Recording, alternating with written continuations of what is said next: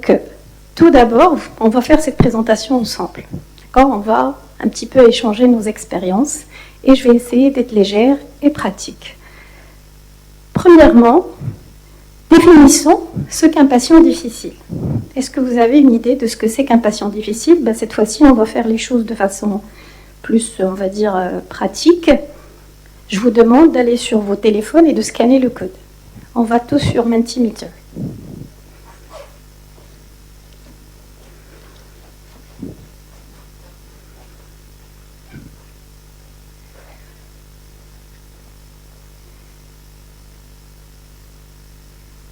Vous avez déjà la première question que vous allez pouvoir voir et mettez des mots-clés pour vous. Qu'est-ce qu'un patient difficile ? On va voir les résultats.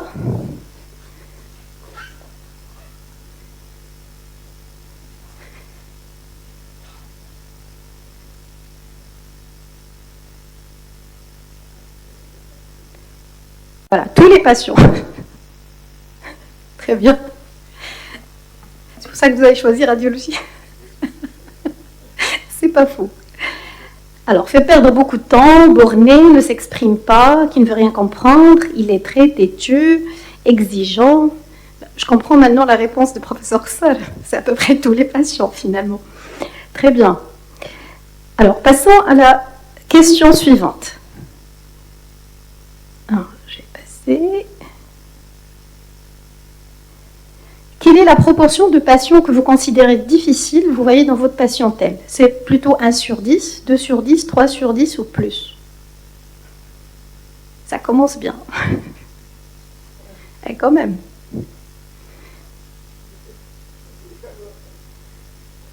C'est vrai qu'en rhumatologie, il y a beaucoup de maladies dégénératives qui durent. C'est un profil particulier de patient. Exactement. Tout à fait, tout à fait. Très bien. Donc, il y a... Parce que quand même, on est à plus de 20% de toutes les façons. Entre 20 et 30%. Et on passe à la troisième et dernière question.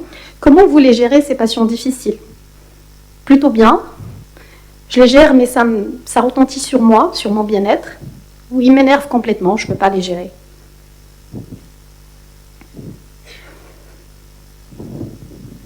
Intéressant. Donc, pour la plupart, ils arrivent quand même à gérer, mais ça les impacte négativement. Et c'est un peu l'intérêt de ce qu'on va faire ensemble. Parce qu'au final, vous allez toujours avoir des patients difficiles. Le plus important, à la fin de cette présentation, c'est qu'on puisse apprendre à les gérer sans que ça nous impacte négativement. Revenons à la présentation.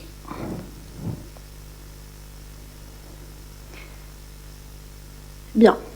Alors, avant d'avoir on va dire, d'aborder des exemples et de les discuter ensemble de patients difficiles, il faut déjà faire la paix avec certaines réalités. Et je pense que nos aînés et nos maîtres, ils ont déjà fait la paix avec ces réalités. C'est plus intéressant pour les jeunes parce qu'après un certain temps de pratique, on apprend à la dure les vraies leçons. Mais c'est vraiment très important de pouvoir avoir ces leçons et faire la paix avec ces réalités au début de son parcours de pratique. La première, quoi que je fasse, il y aura toujours des cas impossibles à gérer. Donc ce n'est pas parce qu'on a ces tendances, c'est des biais cognitifs. On pense que c'est parce qu'on a essayé avec celui-là, ça n'a pas marché, avec le deuxième, ça n'a pas marché, il faut qu'on laisse tomber, ça ne marche pas. Non. On apprend à gérer. Notre objectif, vous avez vu, dans la moyenne, c'est plus de 20%. Si je transforme mes 20% à 5%, c'est bien. Mais les 5% vont toujours exister parce que c'est la nature, parce que c'est la courbe de Gauss. D'accord ? Ça, c'est la première chose à accepter. Deuxième réalité, ce n'est pas le patient qui est difficile, c'est sa demande qui l'est. Donc, c'est une des techniques de communication qui fait qu'on va séparer la personne de la situation. C'est-à-dire mettre le point sur la relation en elle-même, qui est quelque chose qu'on peut modifier, que sur le patient, parce qu'on ne peut pas contrôler le patient, on ne peut pas changer le patient. Donc, il faut déjà travailler sur son mental. Ce n'est pas cette personne-là qui a un problème, mais c'est sa façon de s'exprimer, c'est sa relation qu'elle entretient avec moi ou que j'entretiens avec elle qui est problématique. La troisième réalité, le conflit il est dans la relation avec le patient, il n'est pas personnel. C'est une des problématiques que rencontrent beaucoup de jeunes médecins, et moi compris au début de mon parcours. Parce qu'une fois que le patient s'énerve ou le patient ne nous traite pas bien, pour différentes raisons, on le prend contre nous. Il faut déjà se détacher de cela. Le patient n'est pas quelqu'un de ma famille, c'est une personne qui vient chercher un service. Si cette personne-là ne me traite pas comme je m'attends à être traité, comme I expect, ce n'est pas contre moi, c'est lui. Quatrième chose, je ne suis pas responsable du devenir, et ça c'est très important, parce que nous on a été formés en tant que médecins comme les super-héros qui vont résoudre les problèmes des patients. Je m'identifie comme le médecin, le rhumatologue qui va résoudre le problème de ce patient. Quand le problème du patient n'est pas résolu selon ma perspective de médecin, je vis un échec. Ça, il faut faire la paix avec ça. Je ne suis pas là toujours pour résoudre le problème du patient. Je suis là pour l'accompagner. D'accord? Parce que là, on parle dans un contexte de consultation. La consultation, c'est maximum 30-45 minutes, au meilleur des cas. Et donc, quand je ne peux pas régler le problème, c'est pas que je ne sers plus à rien, mais il y a toujours quelque chose que je peux faire pour ce patient. Et c'est d'ailleurs des notions qu'on a apprises en pratiquant un peu la médecine palliative. Quand le patient va de toutes les façons mourir, il y a toujours quelque chose à faire pour lui en tant que médecin. Mais cette culture n'est pas encore très développée chez nous. Mon rôle vis-à-vis du patient n'est pas toujours d'ordre médical. Quand le patient vient me voir, il ne cherche pas forcément un traitement. Moi, dans ma formation, dans ma pratique, il faut qu'il sorte avec une ordonnance. Mais des fois, moi, souvent, plusieurs de mes patients, ils sortent sans ordonnance. Et ils acceptent bien. Donc, c'est une culture à instaurer. Jamais de confrontation directe. Ça, c'est une autre règle. Je ne confronte pas le patient avec ce qu'il ne veut pas comprendre, ou avec les choses qu'il ignore de voir, ou avec les choses pour lesquelles il se retrouve en situation de déni. Par exemple, je parle d'obésité, de perdre du poids, le patient ou la patiente ne veut pas, on ne va pas aller in arguing, c'est-à-dire il n'y a pas de confrontation. Derrière chaque patient difficile se cache un besoin non entendu. Notre défi est de le décoder, et ça, c'est toute une démarche à apprendre à faire. Au final, comme d'un point de vue médical, vous savez parfaitement qu'il n'y a pas une solution médicale ou médicamenteuse ou de prise en charge médicale générale simple pour un malade complexe médicalement parlant. Pour quelqu'un qui souffre d'une maladie de système associée à plusieurs complications, multimorbidités, etc., il n'y a pas une réponse simple. C'est complexe. C'est la même chose. Un patient difficile relationnellement, je vais lui dire cette phrase et je vais le désamorcer. Non, c'est complexe. Il y a beaucoup d'approches qu'il va falloir associer pour le gérer. Maintenant, pour gérer ces patients-là, il faut qu'on s'arme de moyens efficaces. Il y a plusieurs moyens, il y a toute une liste de conseils, de tips, de stratégies que les spécialistes en communication, c'est-à-dire prônent dans ce genre de situation. Moi, j'ai retenu deux essentiels. Pour moi, toute la philosophie de ces moyens s'articule autour de deux extrêmes qu'il va falloir équilibrer. La première, c'est l'empathie, et de l'autre côté, il y a des limites. D'accord? Il faut que je sache exprimer mon empathie. Et d'ailleurs, c'est une citation dont je ne me souviens plus de l'auteur, qui dit que they will never care how much you know until they know how much you care. Et ça s'applique aux patients, ça s'applique aux enfants, ça s'applique aux élèves, ça s'applique aux étudiants. Ils ne vont jamais se soucier de ce que vous savez. Parce que dans la relation médecin-malade, on se positionne comme la personne qui sait, comme la personne qui a le savoir, qui a la compétence, qui va vous aider à travers le savoir. Ben, tout ce savoir-là, le patient, en général le patient difficile, il s'en fout un peu. Qu'est-ce qu'il cherche? Il cherche à sentir que vous vous souciez de lui. Et c'est une fois que ce rapport est établi, c'est-à-dire humainement, que vous vous souciez de ses problèmes, que sa présence humaine vous importe, et c'est à ce moment-là qu'il va commencer à vous écouter. Donc ça, c'est en gros, si on veut expliquer ce que c'est que l'empathie. Après, quand on n'a pas appris l'empathie, c'est très différent de la sympathie, de beaucoup de choses. On peut être très empathique et que le courant passe avec le patient, et après, on ne va pas porter la charge émotionnelle avec nous. Donc ça s'apprend aussi. Et les limites, ce n'est pas parce que je suis empathique que le patient peut tout se permettre avec moi, que je vais être permissive de tout, que je vais sacrifier toute la consultation pour lui régler ses problèmes. Ça, c'est pas de l'empathie. Donc, il y a de l'empathie professionnelle, et à côté, il va falloir savoir poser ses limites, et ça, c'est aussi des choses qui s'apprennent. Maintenant, tout ce petit passage théorique, on va essayer de le mettre en application à travers des situations réalistes. Je vais vous demander aussi de répondre avec moi. Prenons Ce premier exemple, très fréquent en rhumatologie. Il s'agit de Madame R, 42 ans, souffre d'une fibromyalgie depuis 5 ans et décrit des douleurs diffuses, fatigue, troubles du sommeil. Elle a déjà essayé plusieurs traitements médicamenteux, mais elle a fait le tour, antalgique, anti-inflammatoire, antidépresseur, tout. Et non médicamenteux aussi, kinésithérapie, yoga, tai chi, ajoutez ce que vous voulez. Elle revient anxieuse. Docteur, rien ne fonctionne. Il me faut une autre IRM. Peut-être que vous avez manqué quelque chose. Il y a quelque chose qui ne va pas dans mon corps, je ne comprends pas, j'ai besoin d'une nouvelle IRM. Alors, je vous donne 3 choix de réponse. Bien sûr. L'IRM ne change pas en 3 mois, parce que la dernière remonte à 3 mois.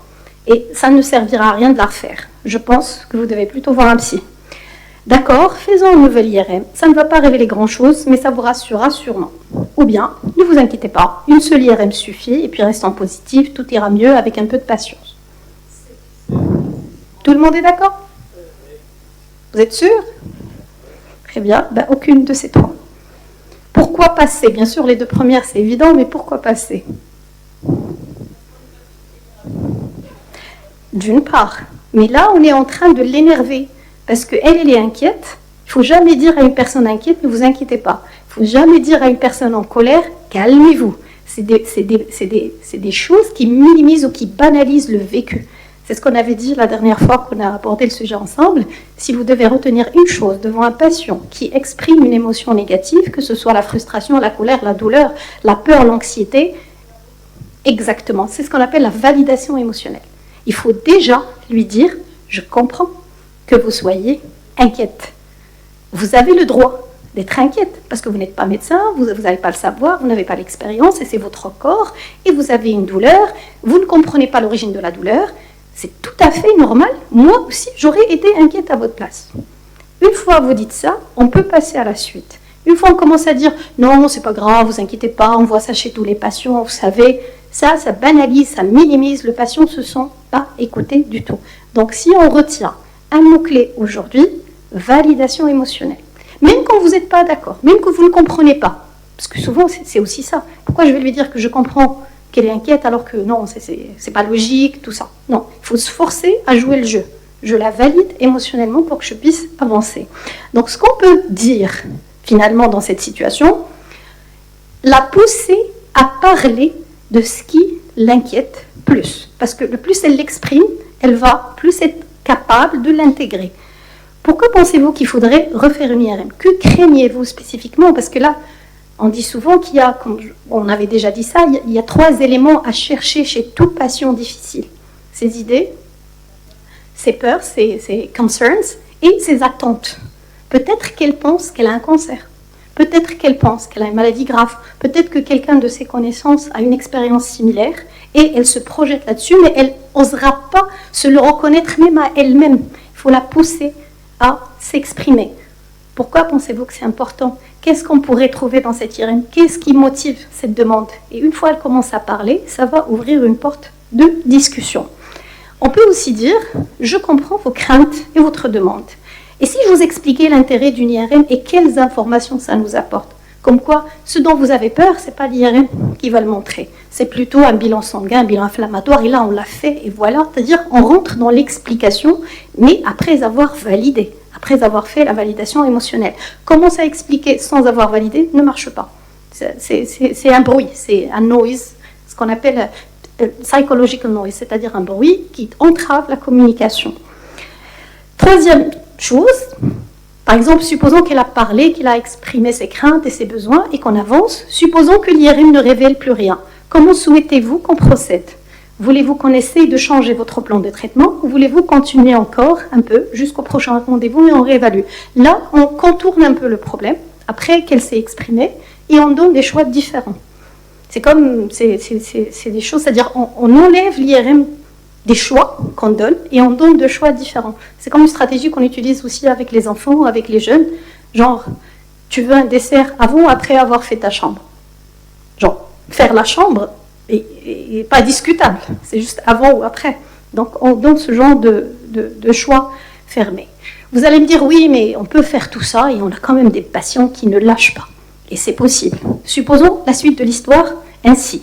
Elle va vous répondre, quand vous proposez de changer le plan de traitement, de proposer un autre traitement, et dit « j'en ai marre d'avaler des comprimés qui ne servent à rien, je veux comprendre ce qui m'arrive, je veux une solution, je ne veux pas de calmant ». Là, je vous donne aussi 3 choix de réponse. Il faut se rendre à l'évidence, il n'y a pas d'autre solution. 2. De toute façon, ce n'est pas une nouvelle IRM qui va vous illuminer. 3. Malheureusement, il n'y a pas de solution radicale. Ce que vous avez est une maladie chronique, il faut apprendre à vivre avec. Quelle est votre réponse? Maintenant, vous avez compris le jeu. Bien sûr que c'est aucune. Et donc, ce qu'on pourrait proposer là-dedans, c'est que déjà, lui dire qu'on n'est pas contre elle, parce que toutes les réponses précédentes, on se situe c'est-à-dire dans un axe où on s'oppose. On n'est pas d'accord. Non, moi je suis avec vous, je veux bien vous aider. Nous avons déjà notre diagnostic. Voulez-vous, il y a une erreur, que je vous réexplique les causes de vos douleurs, ou préférez-vous qu'on se focalise sur les moyens à les surmonter? Là encore, je donne 2 autres possibilités. Ou bien, je continue dans la validation. Je comprends votre souffrance, ça doit être dur de devoir endurer tout ça tous les jours. Parlez-moi plus de ce qui aggrave vos douleurs, de ce qui vous empêche de dormir la nuit.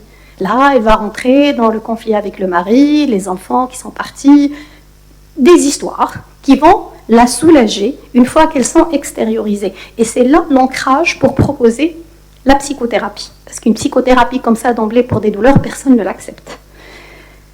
On part sur le nouveau chapitre, je comprends ce que vous endurez, mais je vous félicite pour votre force mentale. Là, on passe sur le positif et on lui montre que malgré tout ce dont elle se plaint, elle a quand même pu se réveiller, s'habiller, se maquiller même, venir me voir, et ça, c'est des choses bien. Et donc, on lui demande d'où elle tient cette force, et qu'elle a de la force mentale, etc. Et comme ça, on l'aide un peu à s'ancrer sur les ressources positives.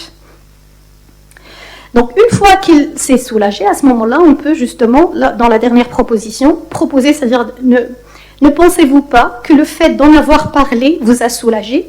Souhaitez-vous avoir l'occasion d'en parler plus souvent avec une personne de confiance? Je vous recommande tel ou tel psychothérapeute. Et ça, c'est entendable, mais pas au début. On passe à une deuxième. Je vous ai mis juste 3 courtes situations. Le patient opposant.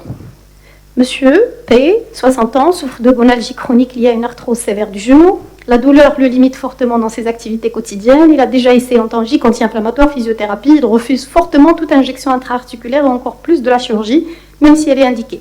Je ne sais plus quoi faire, je ne peux plus marcher sans douleur. Qu'est-ce qu'on va lui dire? Bien sûr. Maintenant, il a une 3e proposition, l'embolisation, mais bon, supposons qu'elle n'est pas encore là. Vous avez 3 choix de réponse. Si vous ne voulez ni injection ni chirurgie, je ne peux rien faire pour vous. Ça, c'est ce qu'on dit assez souvent. Très bien alors, continuons seulement les médicaments et les séances de kiné que vous faites déjà. Ou bien, vous ne voulez pas essayer la médecine alternative pour voir? Hijama, je ne sais pas, les trucs dont les patients raffolent. Quelle route allez-vous prendre? C'est peut-être, moi je dirais mieux, là, comment désamorcer le problème? Qu'est-ce qu'il faut faire? Le patient refuse. Exactement, il faut qu'on comprenne pourquoi il refuse. Il faut déjà le pousser à parler de ses craintes, de ses inquiétudes, de la cousine qui a eu l'opération et ça n'a pas marché, de, je ne sais pas, l'autre parent ou personne de la famille qui a essayé et que ça a donné des complications. Donc pourquoi refusez-vous? Qu'est-ce qui vous fait peur? C'est ce qui lui permet de s'exprimer. Et bien sûr, une fois il s'exprime, il faut valider. Je comprends votre inquiétude, vous avez le droit d'avoir peur, étant donné vos expériences antérieures, etc., etc. Cependant, on part sur comment convaincre. Et on adopte une stratégie progressive, réessayant. C'est-à-dire, on lui donne des choix. On peut faire ça, et si ça ne marche pas, on passe à ça, etc. Ou bien, quand il ne veut rien savoir, on lui dit, on ne s'oppose pas, on ne dit jamais « je ne peux rien faire pour vous, ne revenez plus me voir ». Non, mais on peut dire « je suis toujours prêt à vous aider, dites-moi ce que vous voulez. Comment vous pensez je peux vous aider ?» Voilà. Ou bien, ça, c'est des choses qu'on ne fait pas assez, mais je pense que ce serait intéressant de proposer un deuxième avis, surtout chez les patients très opposants. Peut-être que moi, j'ai pas réussi à vous servir. Pourquoi n'allez pas voir mon confrère rhumatologue qui vous donne aussi son avis. Une fois, il collecte 3 avis qui sont semblables et il finira par se convaincre. On arrive à la dernière situation, qui est aussi assez fréquente. C'est la patiente égocentrique, exigeante. Ça peut aussi être j'ai un peu abusé des femmes ici, mais les hommes aussi peuvent l'être. Docteur, je suis désolée de vous le dire ainsi, mais votre assistante est vraiment insolente. Elle m'a manqué de respect, elle m'a parlé d'une façon pas du tout professionnelle. Vous êtes bien gentil, mais des assistantes, pareil, nuisent à votre réputation. Ça arrive, souvent. Alors, qu'est-ce que vous allez dire? Mon assistante est toujours polie, vous allez certainement du mal comprendre. Non, rien ne me Ou bien, bon, ok, passons aux choses plus importantes. Comment va le dos? On va faire l'éviction rapidement et passer à autre chose. Ou bien, vous n'avez pas le droit de parler de mon personnel ainsi. Surtout quand la patiente vous tape sur les nerfs et vous avez envie de vous en débarrasser. Si vous voulez continuer à venir, il faut les respecter. Ou bien, oui, elle a un très mauvais caractère, mais on ne trouve plus de personnel qualifié, je m'en excuse. Qu'est-ce qu'on fait? Je vous ken. Oui, peut-être une stratégie, mais elle n'est pas du tout conseillée. Donc, bien sûr, aucune. Qu'est-ce qu'on peut faire? Pourquoi pas la première? La première, parce qu'on banalise le ressenti. La deuxième aussi. On fait l'éviction de discuter. La patiente ne se sent pas du tout entendue. Elle a envie de s'exprimer, de dire que je suis là, j'existe, je m'exprime. La troisième, c'est la défensive. C'est qu'on est sur sa défensive. On se sent attaqué. Il ne faut pas. Ce n'est pas personnel. Elle a le droit de penser ce qu'elle veut, de qui elle veut. D'accord? La dernière, c'est qu'on va prendre position pour lui faire, pour lui faire plaisir, mais ce n'est pas forcément la bonne attitude. Qu'est-ce qu'on pourrait faire, par contre? L'inviter à parler, comme ça, on désamorce son ressenti négatif. Et c'est à ce moment-là qu'elle va accepter à passer une bonne consultation. Merci de m'en parler. Je comprends que cela ait pu vous contrarier. Pouvez-vous m'expliquer ce qui s'est passé exactement? D'accord? Elle va expliquer, bon, je lui ai demandé d'avancer mon tour puisque j'étais un peu pressée, voyez-vous, mais elle a sèchement refusé en disant que je dois attendre comme les autres. J'ai trouvé ça très choquant. C'est aussi choquant pour le médecin qu'elle puisse penser qu'elle a le droit à ce qu'on avance le tour. Mais comment on peut réagir à cela? On ne va pas dire qu'elle avait bien raison de vous dire d'attendre votre tour. Je suis désolée que vous avez eu ce ressenti. Faites attention aux mots. Et ça a bien sûr des équivalents en arabe. On ne va pas dire parce que je suis désolée en arabe, ça ne se dit pas. Si on dit je suis désolée, c'est comme si on reconnaît le tort. Mais on peut dire d'abord, فهمت علاش تقلقتي. فهمت علاش تقلقتي ne fait aucune reconnaissance de tort. Nous tenons à ce que tous nos patients soient traités avec respect. Je vais veiller à ce que le reste de la consultation se déroule comme vous voulez ou dans une ambiance qui vous met en confiance. Elle va dire merci docteur, très bien, matrabas. Okay. Donc, c'est juste des façons et des techniques de s'adresser aux patients pour gérer leur aspect difficile. Maintenant, ce que je trouve très important, notamment aux jeunes, à connaître, c'est comment rester maître de la situation, parce qu'au final, dans cette altercation, dans cette perception de patient difficile, peut-être que le patient, pour lui, il n'est pas difficile. Il est juste correct, il est honnête, il vous dit les choses en face, mais il n'est pas difficile, c'est votre perception. Donc comment travailler sur ma propre perception que ça ne m'affecte plus ou ça ne m'affecte plus autant? Donc il y a des étapes qui s'apprennent. Dans le cadre du coaching personnel, que vous coachez vous-même, avant la consultation, vous entendez, il y a la secrétaire qui vient vous dire, il y a madame un tel ou monsieur un tel. Vous avez déjà un historique, vous commencez un petit peu à être sur vos gardes, à ne pas aimer la situation, à être c'est-à-dire dans l'appréhension de cette rencontre. Donc il faut respiration profonde, on respire calmement, et puis on fait ce qu'on appelle le recadrage cognitif. Tout à l'heure, le professeur Saté a parlé de la TCC. Eh bien, c'est une sorte de TCC, mais instantanée, qu'on peut se faire à soi-même, c'est-à-dire changer notre façon de voir les choses. Je me dis, c'est un patient qui souffre, il mérite bien mon temps, mon soutien. Je ne vais pas le guérir, je ne vais pas résoudre son problème. Je ne vais pas forcément répondre à ce que je pense, à ce dont je pense qu'il a besoin. Mais je peux lui apporter un peu de temps et de soutien, c'est son droit, il a payé sa consultation, c'est pas grave. Ensuite, le rappel d'intention. Je ne suis pas là pour régler le problème. C'est ce que je viens de dire parce que ça va un peu ensemble, mais pour apporter du soutien. Et ce n'est pas grave parce que nous, les médecins, des fois, on se sent mal quand on n'a apporté que du soutien. Il y en a qui vont même dire que ce n'est pas la peine de payer la consultation. Mais non, c'est un effort mental. Le patient, il part satisfait. Même s'il n'a pas l'ordonnance. La satisfaction n'est pas liée à l'ordonnance. Des fois, ils sont venus juste pour être entendus. Donc, pendant la consultation, qu'est-ce que je fais? L'écoute active, et ça, c'est des techniques qui s'apprennent dans des workshops bien établis, parce qu'on n'est pas de bons entendeurs. On fait pas vraiment, on n'a pas appris. On ne nous a pas appris à faire l'écoute active. Elle a des règles. C'est que j'écoute en tenant le regard, pas sur le PC, en me concentrant avec le patient, en lui redisant ce qu'il vient de me dire, pour lui montrer que j'entends et que je suis là et que je comprends. Identifier ça, c'est très important. Identifier l'émotion, pas le comportement. C'est-à-dire que je ne dis pas que vous avez raison ou vous avez tort, je dis, je vois que vous êtes frustré, pas que vous êtes agressif. Le patient, il vous parle sur un ton agressif. On reconnaît l'émotion, pas le comportement. L'émotion derrière le comportement négatif, et ça permet de valider et de désamorcer. Tant qu'on n'a pas validé l'émotion, le comportement négatif va en escaladant. Ne pas refléter la négativité. Il parle fort, je parle plus fort. Non. Le patient hausse le ton, je baisse le ton. Il parle plus vite, je parle plus lentement. Et ça, c'est des choses qui peuvent ne pas vous parler, mais une fois que vous commencez à les appliquer sur certains patients, ça va, vous allez voir la différence. Et bien sûr, ça ne va pas marcher sur tout le monde, mais ça va marcher sur la majorité. Et puis, utiliser les limites. Je veux bien vous aider, et pour ce faire, je dois aussi gérer le temps pour ne pas manquer l'essentiel. Concentrons-nous sur l'essentiel, parce qu'on ne va pas passer 2 heures à écouter les plaintes. Alors, toujours pendant la consultation, je continue à faire mon recadrage, je travaille sur moi pour ne pas m'énerver. Ce n'est pas contre moi. Elle se plaint du staff, elle se plaint des traitements que je lui ai donnés, elle se plaint de l'autre médicament qui lui a fait ça, etc. Ce n'est pas contre moi, je me le dis à moi-même. Adoptons le rôle de l'observateur, ça c'est très important, c'est-à-dire j'essaie de me dépersonnaliser, de sortir de l'interaction et d'essayer de regarder, comme si je la regardais en parlant à quelqu'un d'autre. C'est-à-dire je sors de mon rôle et j'essaie d'imaginer la situation de l'extérieur. Et puis, recentrons-nous sur le processus. Parce que des fois, je me dis, mais elle m'énerve, mais de toute façon, elle ne va jamais guérir, mais de toute façon, ça ne sert à rien. Si je me répète ces mots alors qu'on est en train d'avoir cette scène, ça ne va pas marcher. Après la consultation, une fois on a fait notre travail, bien ou moyennement bien, le patient sort, qu'est-ce qui nous arrive? On va ruminer. On va se retourner le dialogue dans la tête et c'est les choses qu'il ne faut pas faire.